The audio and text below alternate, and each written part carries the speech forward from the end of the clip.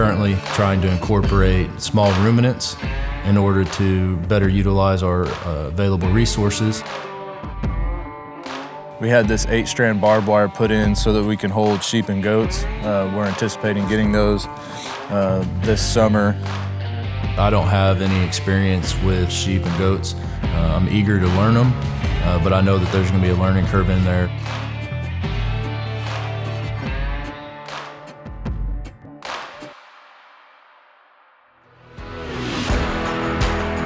Our regenerative journey started with 7 research ranches, a total of 14,000 acres. Located across southern Oklahoma, each ranch property is unique in topography, use, and history. We want to take you along on our journey, showing you the challenges, the lessons we've learned, and the victories along the way to regenerating the ranch.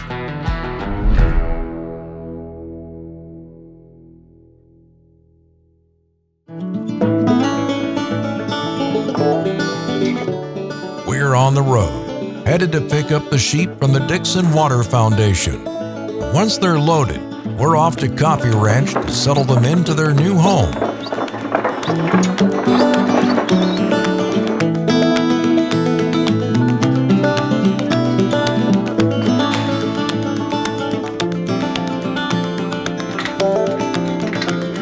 Sheep rancher now. You are a sheep rancher now.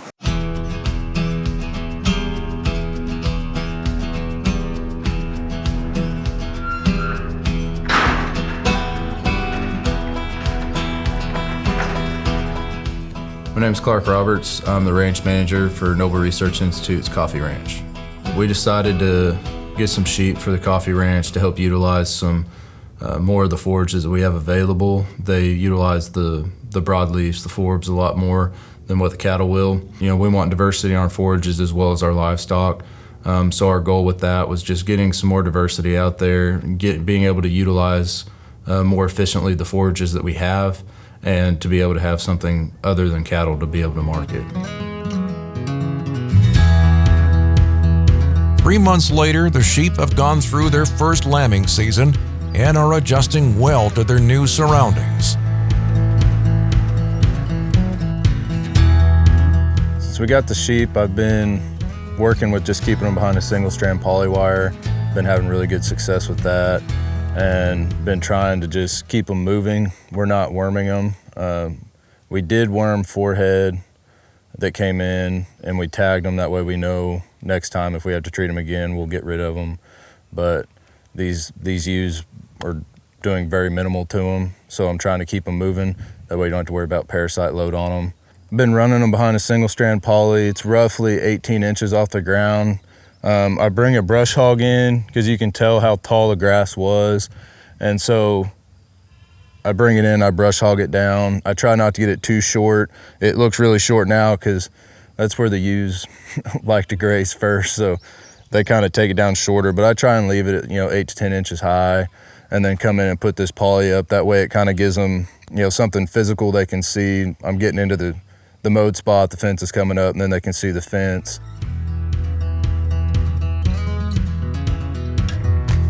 Come to find out, sheep are picky eaters.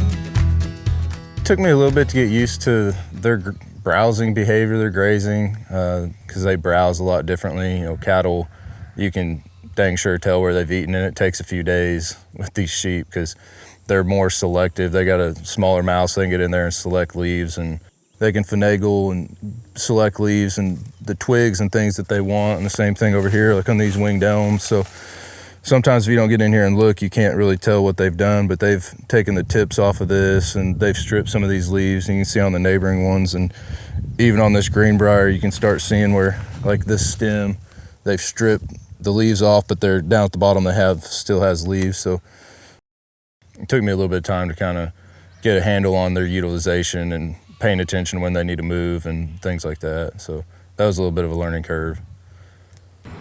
It's time for Clark to brush hog the next lane so he can move the sheep again. But he notices the engine has a different purr.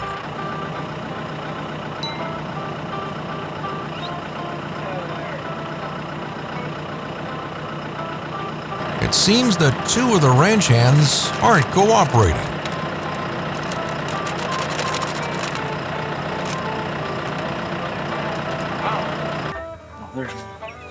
Get your out of there. There you go. Go.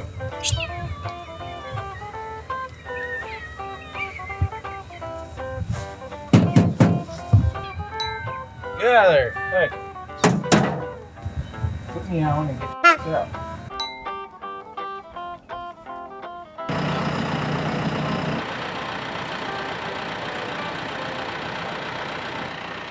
Hope they don't get my truck.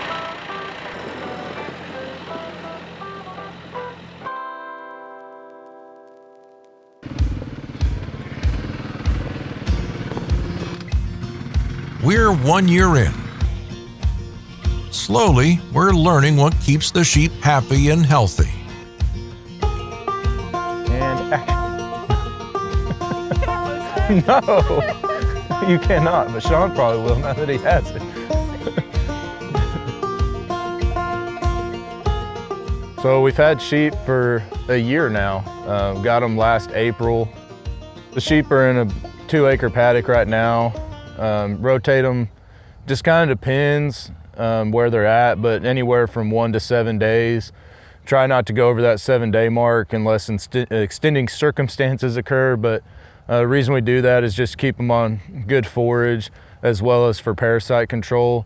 Ran into a little bit of a wreck last year, left them in a paddock a little bit too long and ended up having to worm them. We took a fecal sample and tested it, and they'd got barber pole worm, and so we went ahead and wormed them. It wasn't to grazing a paddock to overgrazing a paddock or overutilizing. It was just leaving them in one area a little bit too long because of the fear of moving them with lambs. So during lambing, they had about a 20-acre pasture that they stayed in for 30 days.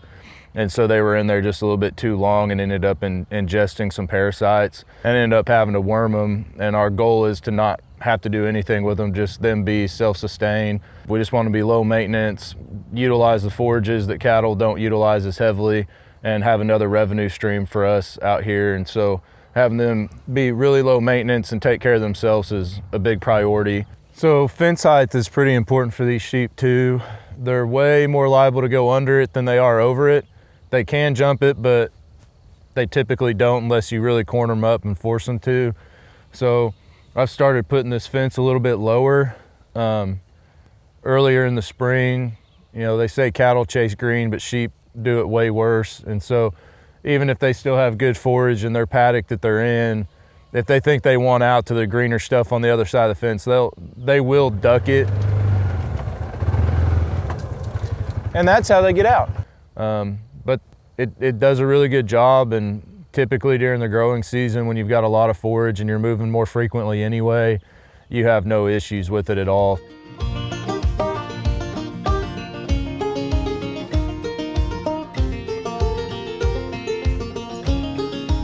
Most of the waters on this ranch are set up for cattle, and so we kind of got the idea to put this tank on here and just gravity flow water into them, because you don't need to recharge as much for sheep as you do cattle. They get a lot of their moisture in the growing season during the summer from the forages they eat, so they don't drink it down real heavy. The winter time, they drink quite a bit more, so you have to fill it up maybe 2 times a week, but it's a 440-gallon tank, water in 60 U's. So, and it did a really good job. It kept up with them. Even when it froze a little bit, just come over and the sun hit it and it thawed out, and didn't have any issues with it. It's been pretty convenient. That way, if you make a paddock inside of a larger paddock for these sheep, you know, make 2 acres inside of 100 acres, you can drag this trough right there on the trailer and don't have to worry about having a permanent water trough there. It started out bumpy, but we're learning every day how valuable sheep can be to the success of the ranch. I had high hopes, but I didn't think I would like them as much as I do. They grow on you pretty quick. They're cool.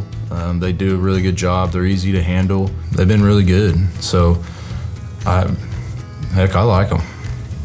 They'd probably be more difficult if we didn't have the dogs with them. We've got guardian dogs with them that really help. They're kind of like their shepherd, and they really help us move them, and haven't had any predation issues. Thought we might have a little bit even running dogs with them, because We do have a lot of coyotes out there, but those dogs have done a fantastic job, and to my knowledge, we haven't had any issues with predators because of those dogs keeping them protected.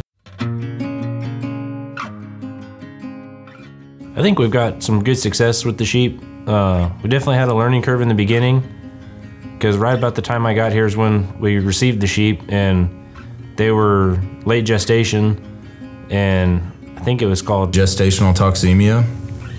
I didn't know anything about it. Apparently animals with multiple fetuses, the stress levels of hauling them when they're heavy bred can cause them to overload their systems, and it just causes them to be glucose and vitamin and mineral deficient. And so they ended up, once they kind of go past that tipping point, you can't really get them back. And so out of the 49 that we bought, we ended up, had 8 or 9 of them die. So that's a pretty big deal. I think that was our biggest learning curve with the sheep. I think introducing the sheep is going to have a good impact on all the aspects of the ranch. The economic impact is probably the one I'm the biggest fan of, because we can almost run a sheep to a cow right now, it seems like, and not really affect any of our carrying capacity for the cows. So being able to stack another enterprise and create more revenue off the same acres with really not adding hardly any more inputs. They just make sense. They can pay themselves off really quick, a lot quicker than a cow can. We ended up selling 46 wethers, and we sold them for $2.85 a pound, and ended up paying off half of the ewes after we'd already lost some ewes, and we kept the ewe lambs as replacements. We still paid off half of that flock, and so in this year they'll be paid off.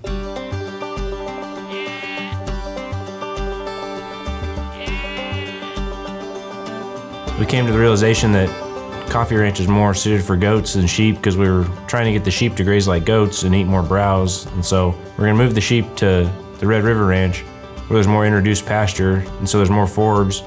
I think it'll be a better environment for the sheep, because at coffee ranch it's just really rough and brushy, and that seems like a better goat environment. So we want to match the forage resource to the animals we have. We're still learning all the time. We're gonna try to graze the cows and the sheep together in one mob at the river, and so we'll see how that goes. I'm really excited about that, just to see how everybody kind of interacts. I don't really know that much about the sheep, but I know I want a lot more of them, because it really helps everything. You never know how a new endeavor will turn out until you try it. Now the sheep are off to a new adventure at the Red River Ranch.